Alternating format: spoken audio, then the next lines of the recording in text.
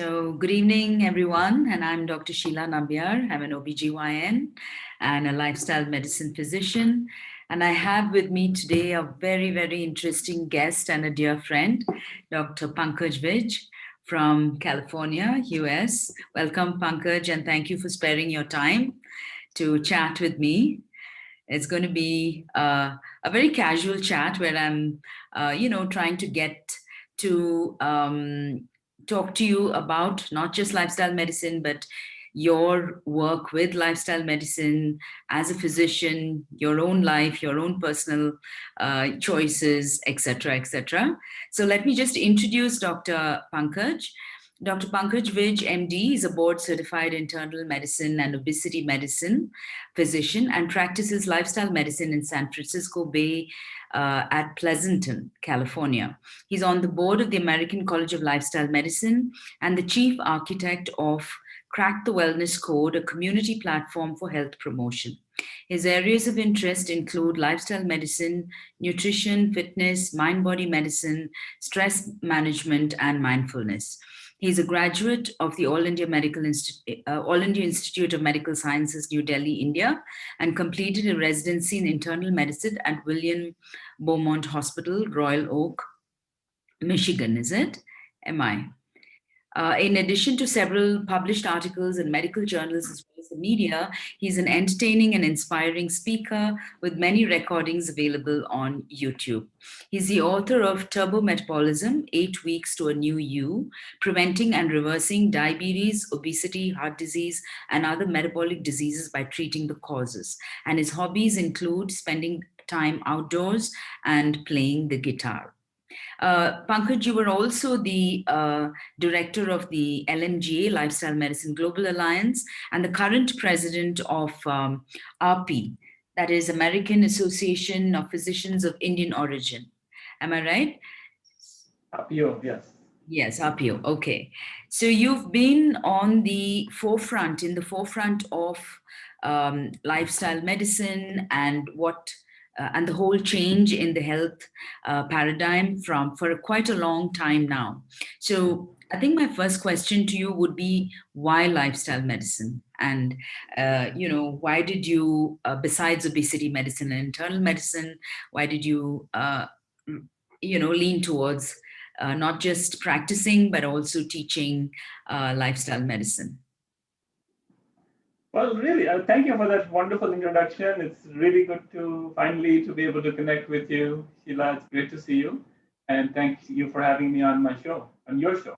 Um, yeah, as you and I have spoken many times, lifestyle medicine is so much more rewarding and so much fun because we are actually using lifestyle as treatment, not just prevention, not just maintenance, but the primary mode is actually curing and reversing the disease when we use this therapy.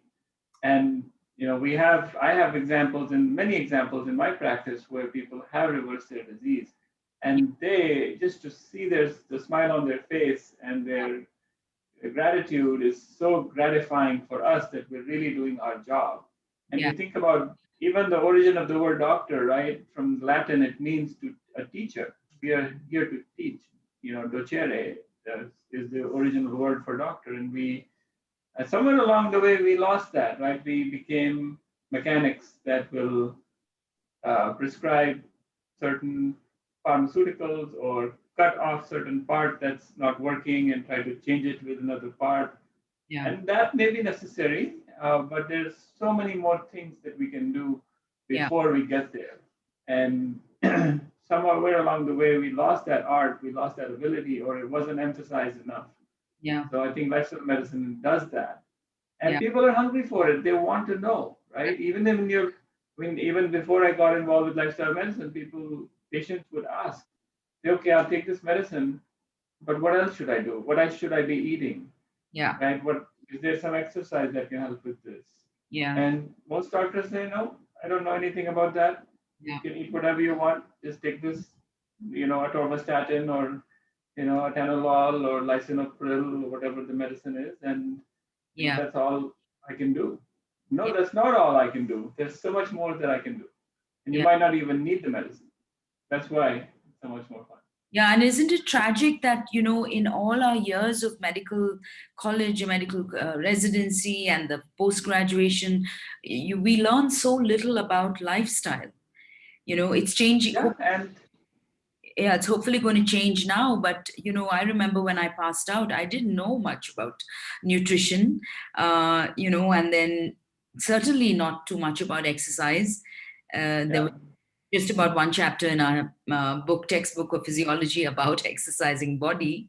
So it's really tragic that as physicians we don't know it, and so I don't blame the physicians for not being able to prescribe a lifestyle as part of the therapy. Yeah, some people argue that it's intentional, that somewhere along the way, Mm-hmm. right, the emphasis on pharma and procedures Mm-hmm. actually got so much embedded into the curriculum, Mm-hmm. and and everything is global. So whatever we learned, whatever I learned in medical school in All India Institute of Medical Sciences, is more or less similar curriculum to what my son learned when he went to medical school here in the US. So I think once that curriculum, it can be penetrated and infiltrated, and certain things can be in there, Yeah. that becomes the standard of care. Yeah. And some people, believe that the whatever you want to call it, the commercial interests that only make money when we do certain things, Yeah. have actually gotten into the curriculum itself, which is a scary thought.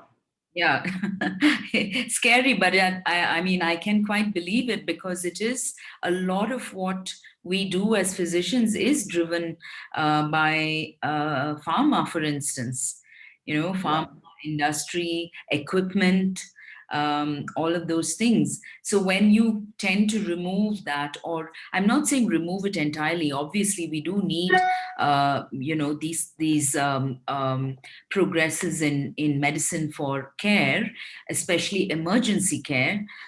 You wouldn't run to a lifestyle medicine physician during emergency care, clearly, but Right. we do need to understand that there are other options as well. Yeah. Yeah, modern medicine is really good at catastrophic care, and I think the whole model is based on, when penicillin was discovered or invented, whatever you want to call it, developed, right? That model of, hey, you can take this, And you, here's this injection of penicillin or capsule of penicillin, and the infection goes away, and we don't have to amputate your leg. yeah. If you're a soldier coming back from a war injury. Yes, that's true. But metformin and glipizide and insulin Yeah. don't work the same way. Yeah. Yeah. So how long have you been practicing lifestyle medicine, Pankaj? Yeah, I really got engaged about 6 years or so back, 6, 7 years back, I think 2014, 15, I think. And that's interesting because that's when the movement was suddenly taking off too. And I don't know what it was at that time, but suddenly a whole bunch of people Mhm. started going to the American College of Lifestyle Medicine conferences. Mhm. And I think I went to the first one in San Diego, and I just fell in love with the whole philosophy and Yeah. the people too. It's the people. It's a different kind of energy when you're doing this Absolutely. sort of work. Yeah. They're just passionate Yeah. people that are driven by the desire to really make the world better. And if you think about it, this approach is not only good for the individual, it's also good for the planet. Right? Absolutely. We're just reeling from the aftermath or the tail end, hopefully, of this terrible global pandemic. Yeah. And it has all of its roots are in the type of lifestyle that people live. We're keeping animals in overcrowded, uh, we're basically developing animals for food in ways that are unethical and unsustainable. Mhm. And we are going to have these types of pandemics again and again. So, Yeah. the idea of eating unhealthy lifestyle producing chronic disease, Yeah. was kind of okay, it's not that imminent of a threat, but it became a real threat when they started producing, acute death, Condition. disability, and devastation. Yeah. Yeah. Yeah. So I would just blurted out, I would say that COVID-19 is a lifestyle disease. It's a preventable disease, Yeah. and it is a lifestyle disease. Yeah, no, you're right when you said that when you went to the conferences, you felt that there was, you were so excited because of the passion and the kind of energy that was there, because the physicians involved with lifestyle medicine truly believe that they can treat and reverse diseases. And I remember too when I honestly, although I've been practicing a version of lifestyle medicine in my own way by including exercise and diet to my patients for a very long time, long before I even knew that lifestyle medicine existed.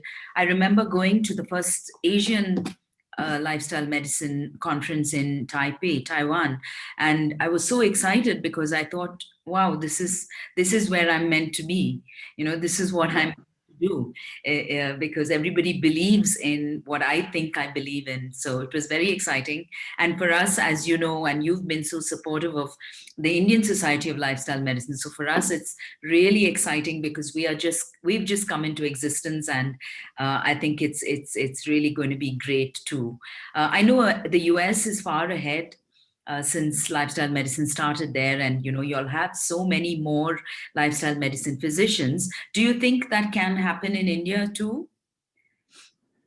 Absolutely, and I would say India is way far ahead, way before American College of Lifestyle Medicine. If you think about the traditional Indian philosophy and the you know Ayurvedic philosophy of really treating all of nature as one Mhm. being and looking at how we can find balance and harmony amongst one another and also amongst other living and non-living things on the planet.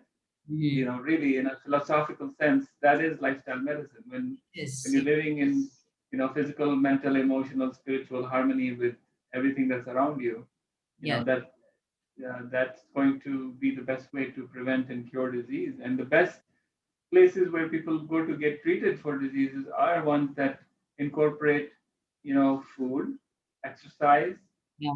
movement, yoga, spending time outdoors in nature, meditation, sleep, connecting with other people that are there to support you. Mhm. And those are the pillars of lifestyle medicine. So we just, Western people come and give it names, but really, this is age-old philosophy that's been around forever.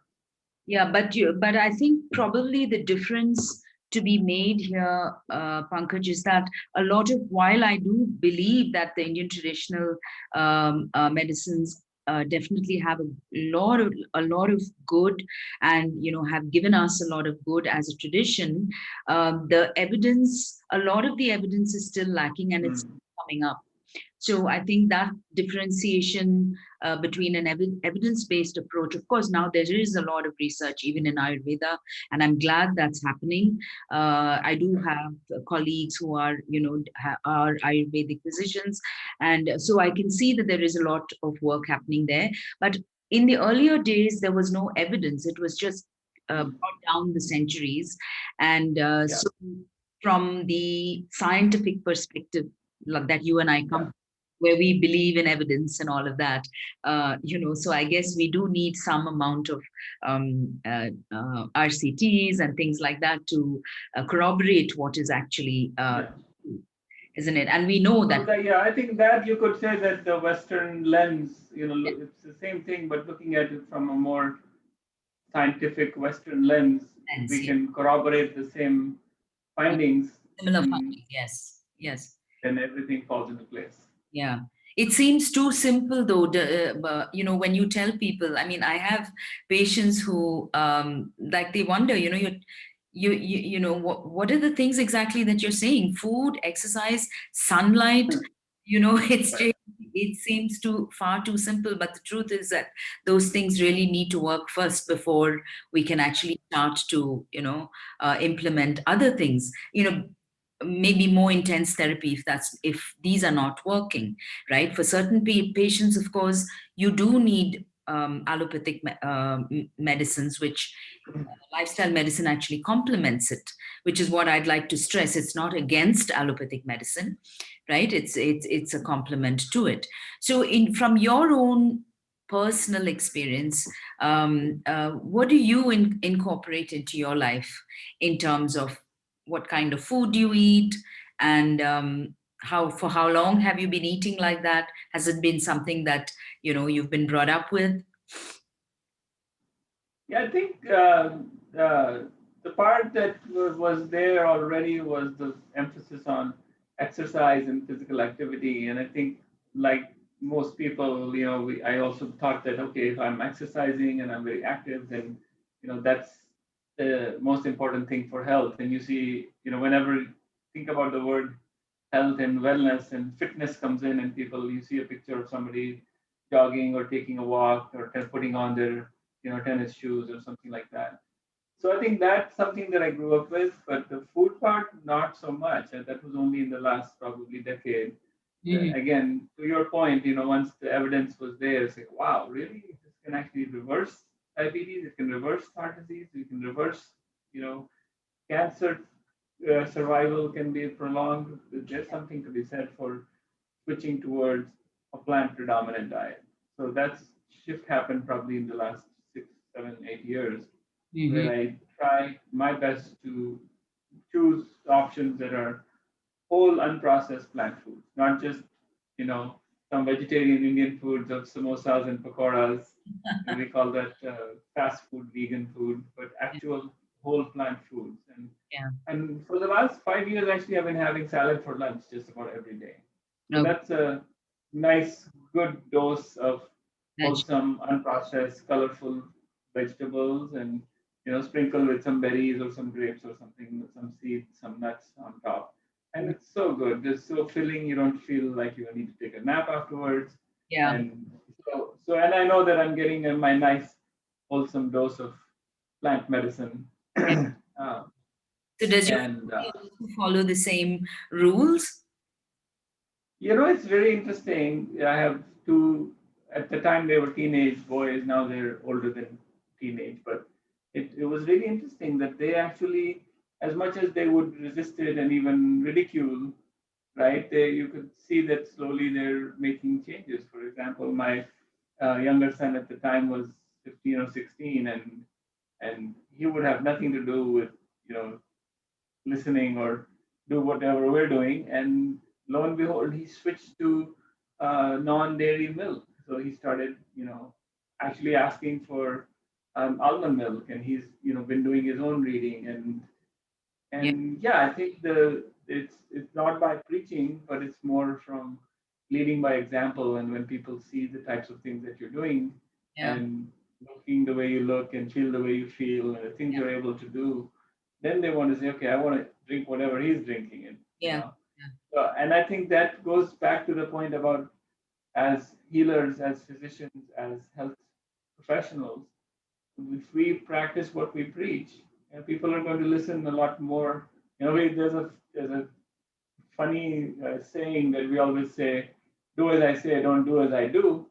But but really, people are going to do as you do. So there, you can't be smoking yourself and telling somebody that smoking is bad and they need to quit smoking, or you can't be a healer, a health professional. I mean, so many of my friends have commented that, have asked me, hey, why do doctors all look like they're so unhealthy themselves? Or why are they, so many of them are overweight? Or, I have all these doctor friends, and when they go to a party, they're all, eating all the junk food more than even anybody else. And they're, want to get drunk and all this stuff. It's like, yeah, that's, so people are looking to your behavior too, Yeah. more than what you say.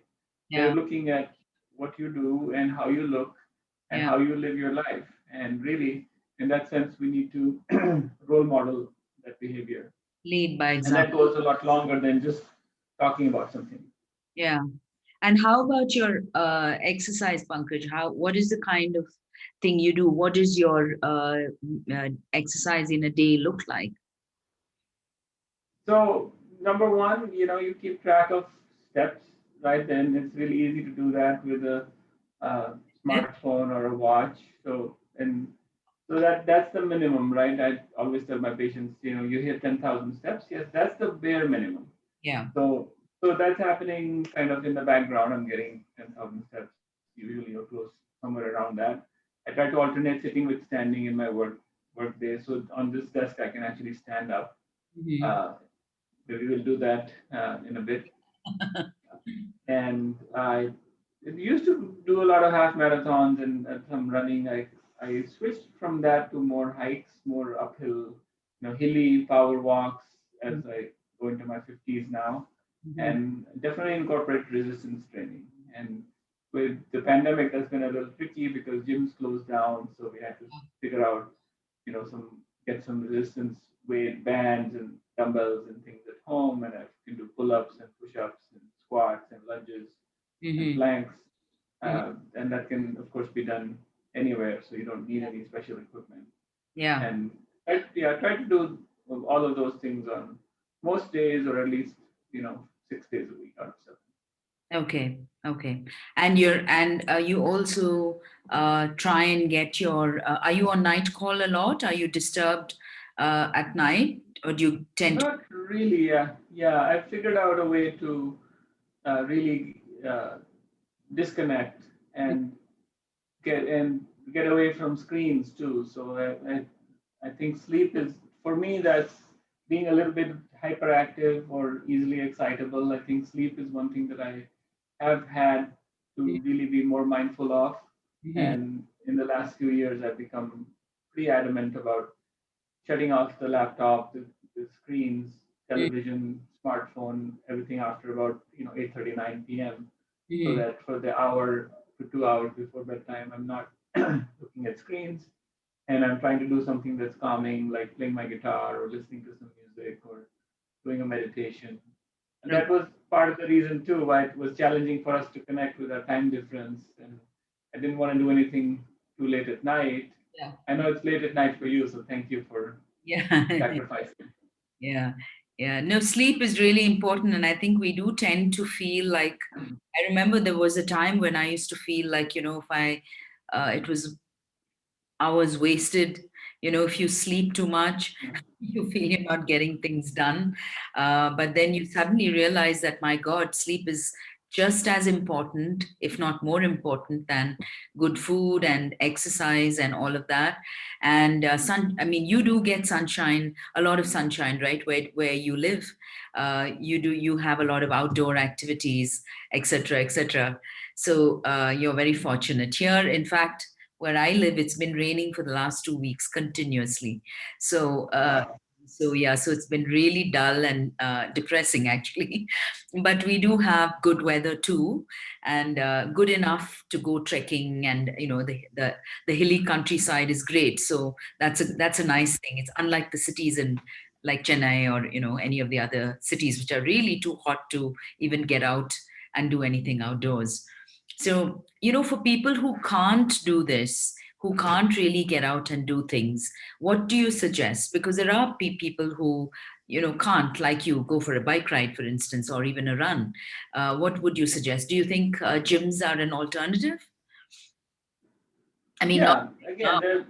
pandemic is on, but otherwise, you did allude to home exercises. But would you say that you can compensate by getting to a gym and getting yourself a trainer, perhaps? Yeah, again, all of those things, but there's things that we can do on our own at home, such Hmm. as, right, not be mindful of how much you're sitting and alternate sitting with standing, doing more of your housework at home. That's physical activity too. You don't have to have somebody clean your house or wash your car. If you do that, that's a good exercise. Yeah, Just doing your own daily things, taking the stairs instead of the elevator or the escalator, yeah, uh, you know, carrying bags of grocery or shopping in for yourself instead of having somebody help you with that. yeah, Alternating sitting with standing. The home exercises, like again, push-ups, squats, yeah, lunges, crunches, are all things that you can do. Not everybody can afford a gym or have a trainer, yeah, but everybody has a physical body that can move. And if your body is capable of moving, please move it because it's made to do that. It's meant to do that. It Yeah. performs a lot better when it's used in the way that it was designed. We're not designed to be sitting for 12, 15 hours. We're designed to be moving for 12 to 15 hours and probably going from one place to another using our feet as the primary transportation. So instead of taking, a taxi or a bus or a car, use your legs. And that's one way to, again, use the body the way it's designed to be used. So it Yeah. doesn't have to be a gym, but yeah, if that's available, if you have access to Yeah. a trainer coming to you or a place where you can go exercise, sure, go for it, Yeah. right? In India, Whatever we can do. yeah. In India, one of the disadvantages, actually, although it's seen as an advantage also, is that we have a lot of help at home to do the physical work. So we end up not really doing too much of physical work. You're just sitting with your computer a lot of the time. Rarely do people actually clean their own house or vacuum Right. and even carrying their own groceries is like not really, something that everybody does. So that's actually a tragedy because, like you said, that's the easiest way to get Yeah. work done without really thinking about it, isn't it? You just, Yeah, when I visit my friends in India, all the servants are looking very fit and strong and healthy, and and the people that are sitting in front of their computer are taking eight, nine, 10 different medicines for different diseases that they yeah, have because they have sitting disease. They're yeah, getting sick from not from inactivity and inaction. yeah, yeah. So talking about food, Pankaj, how do you have like a weakness? Are you, somebody who has a sweet tooth, or do you like crunchy things? Do you have anything that you crave for? And if so, how do you deal with these cravings? Yeah, fortunately, I don't have too much of a sweet tooth. I'll probably gravitate more towards something salty like chips. You know, Okay. if, um, and I think if one can be, follow, first of all, make your own rules, whatever works for you. And if you can stick with that, 80 to 90% of the time, it's okay to lower your guard and have, enjoy what you like for 10 to 20% of the time. And I Yeah. think that's the key to identify those 80% things, right? What is the 80% stuff that I can do that's going to give me 100% of my results? Mhm. So, you don't have to be, this super religious about it and so strict that that you're miserable and you're always craving something.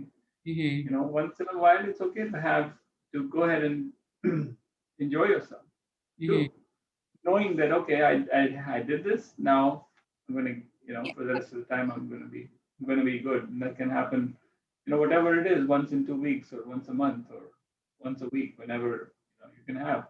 But don't if you don't have those things available all the time, if you're not bringing bags and bags of chips to you know Yeah. Yeah. to Yeah. to your house, then okay, it's something that you know that you can control because it's only available and accessible in So a small quantity at a certain time. yeah. So what you stock up on becomes important then.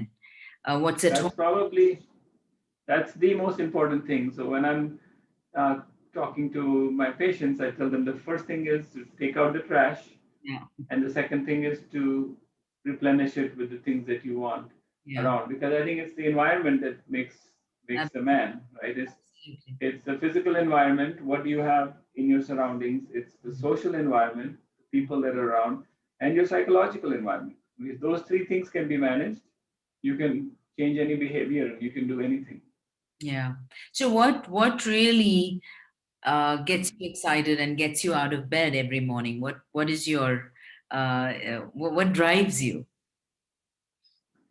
Well, I think the idea, well, first of all, is the gratitude that we have been given another day to do something good, Mhm. and the idea that I'm going to do something good for so many people, and how many people I can help and improve their lives.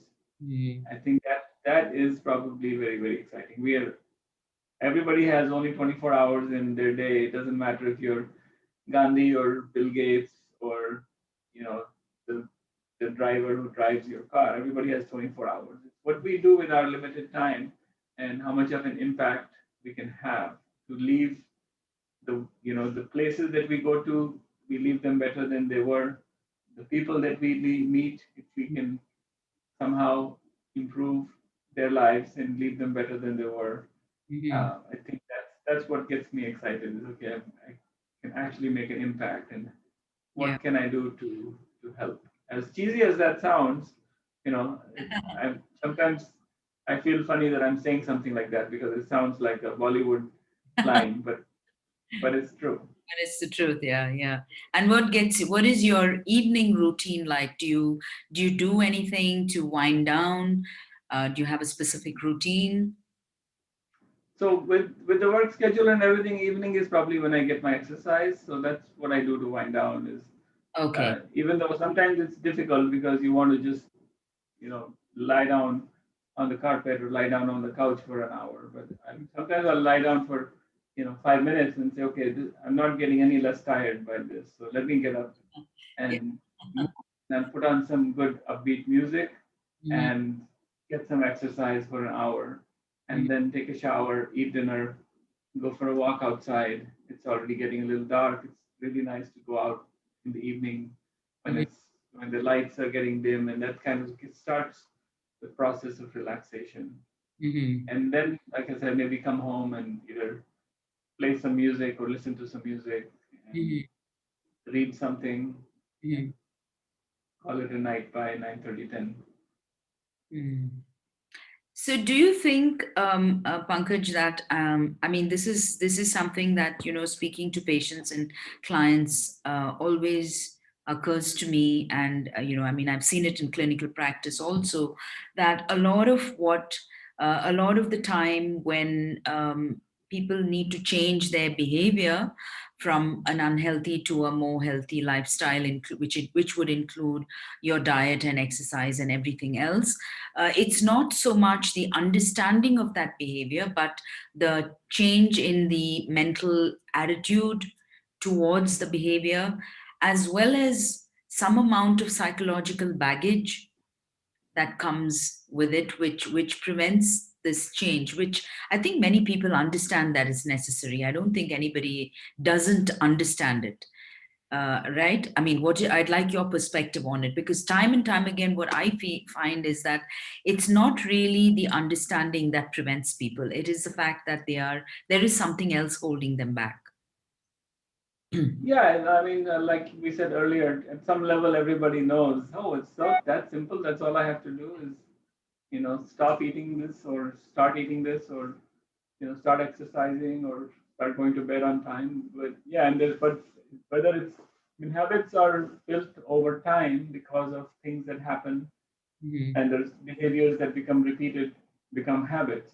mhm, And yeah, there often is psychological reasons why people do the things that they do. We know that loneliness, for example, is probably one of the biggest catalysts for self-defeating unhealthy behaviors. You're feeling bad for yourselves, you're alone, you're bored, okay, and let me do something that will Make make me feel better Yeah, yeah, in the short term. But yeah, I know that in the long term it's not good for me. But right now I just want to feel good in this moment.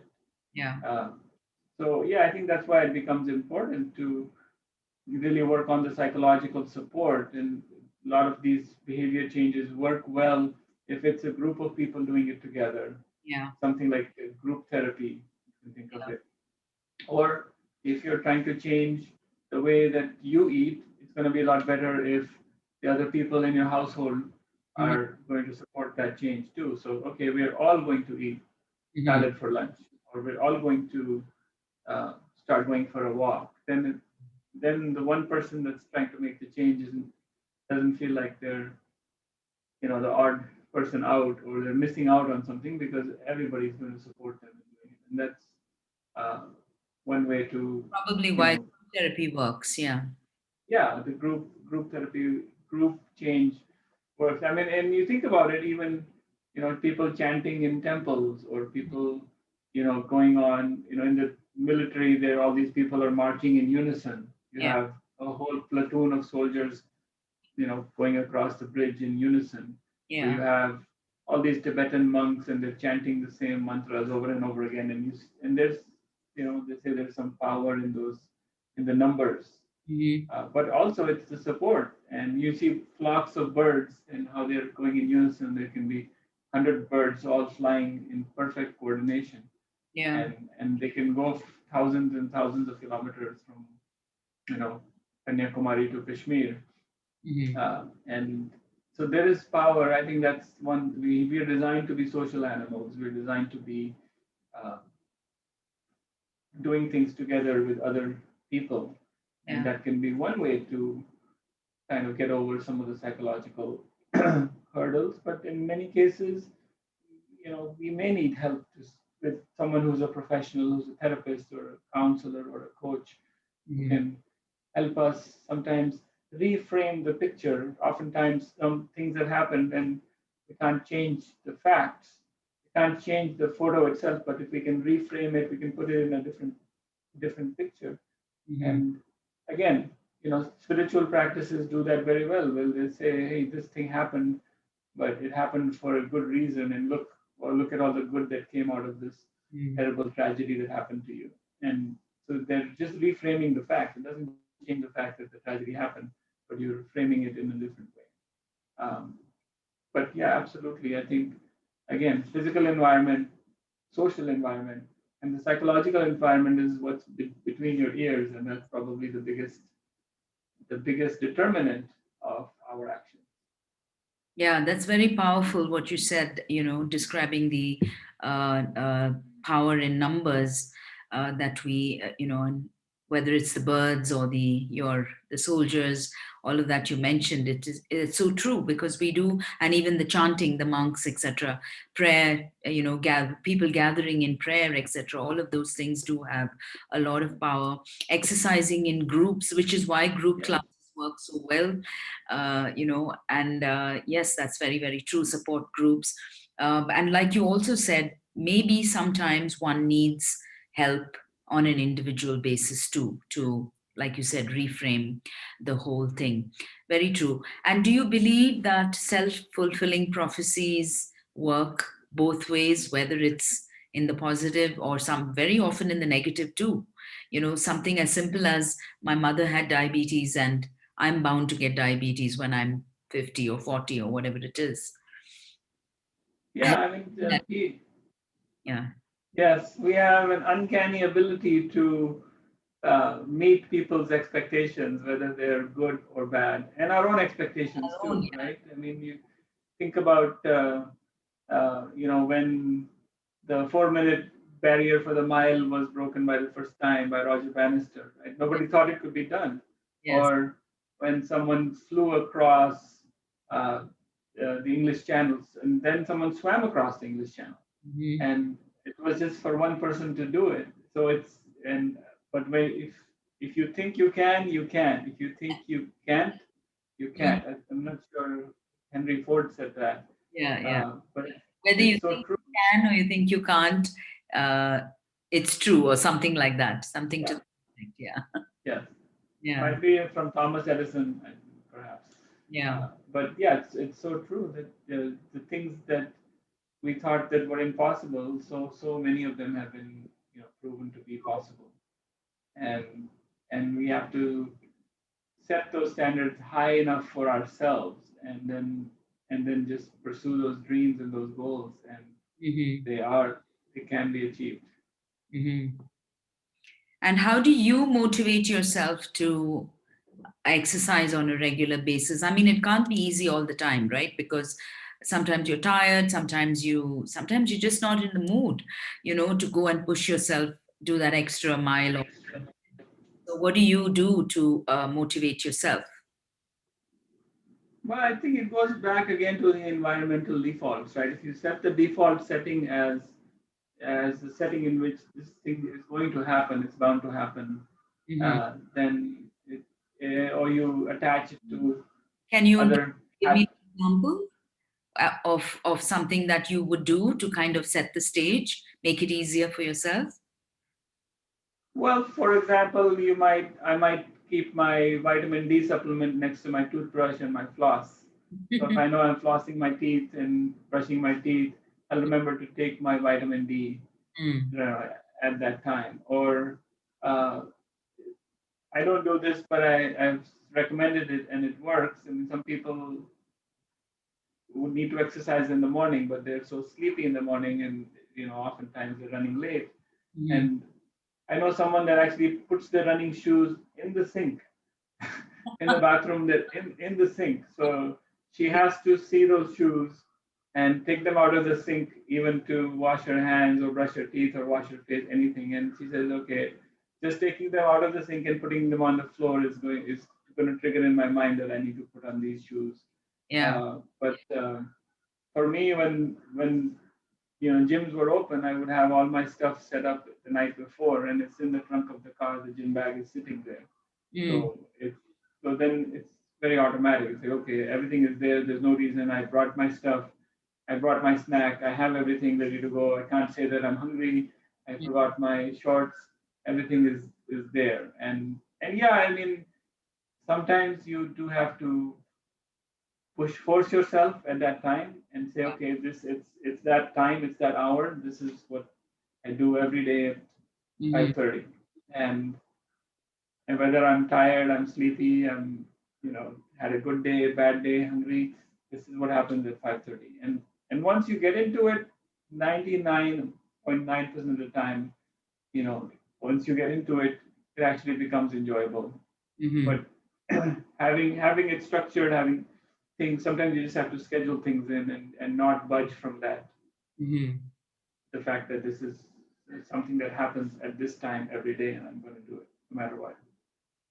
So, what would you say were like at least two or three behaviors that need to be internalized in order to improve quality of life? Really Well, internalized. Yeah. uh, the big ones, I think, for us, and I'm sure you would agree, would be number one, food, right? So, and again, the way to internalize that would be to change the default settings, to change the types of foods that are available to you, whether you're in your kitchen or in your workplace. And two would be movement, move the body in the way that is designed to be moved. Mhm. And third would probably be, up here. So probably sleep and stress. So maybe that became four. But if we can lump sleep and stress Yes. together, Yeah. then that would be the third one. So take care of your mind Yeah. and take care of your body. Yeah. And what would And if you can be surrounded by supportive people, I friends, was just going to ask you that? Yeah. then that would be the glue that binds it all together, or that would be the string to the necklace, and all the beads are going to be on that string. Yeah. Yeah. Social connections. Yeah. The Yeah. importance of social connections. Yeah.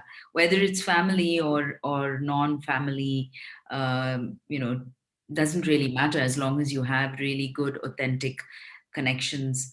And I think sometimes we underestimate the importance of that in our own um, drive with our careers, or you're so Yeah. busy, busy, busy all the time.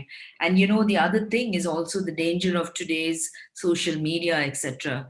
You got so many so-called friends, and you think you know something about everybody's life because it's good, of course, to keep in touch with all these through all these mediums. But I think authentic connections take a little more effort and time, wouldn't you Yeah. say? You need to take time out in to spend with a person to improve quality of relationships, which I think sometimes we do tend to kind of overlook today, and we need to definitely, most certainly, get back on. So yeah, so we're almost out of time, Pankaj. But what I would like, what is your take on aging and, how a human being should be aging and how long? I mean, now there's so much research on aging and, lengthening human life. What is your take on all of that? Well, I think it's about the years in your life, but it's also about the life in your years, right? So uh, the there's a certain normal process of maturity in the organism, any organism, right? And so there's certain things that will change uh, as we mature and go through different stages of life. But it doesn't have to be a decay necessarily. I would say that it is a development and growth, and we get wiser and better and more compassionate and more generous and more able to do good for others as we go through the different stages of life. So to really embrace aging and to adapt, right? To adapt to those changes. Physically, things may change, your abilities may change as you go through different stages of life, but to be able to adapt to that, one can still have a very high quality of life, all through different stages of life. Is it just a number? People say, "Oh, age is just a number. 50 is the new 40, etc." No, it's more than a number. I think there is a. It's not. It is chronological process of time. It's also a biological process of time, and we're designed to do certain things in certain stages. So I think the way to age gracefully is to accept that and really accept the advantages and the disadvantages that come at each stage of life, and really try to optimize all the levers of lifestyle so that you can maximize the life in your years. It doesn't have to be a process of losing your abilities and giving up things, but rather getting the ability to do new things and do old things in better ways. Better, yeah. And in that way, one can be resourceful and smart about it and still have a high quality of life, even when they're in their 80s and 90s and up to maybe past 100. So would you like, if you were told that you could live to 120, let's say, would that make you happy?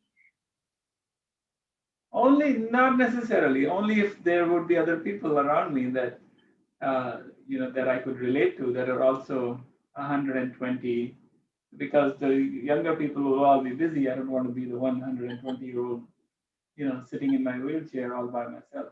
Uh, so again, it's about, yes, you want years in your life, but more than that, you want life in your years. So if you're, it's about fulfillment and joy and giving and Yeah. really contributing. And that's, think about Maslow's hierarchy. It lines very well with, again, going back to a yogic system of thinking too. It's like our highest needs are to contribute and self-actualize and do something that's, fulfill your purpose in life, live a life with purpose and meaning.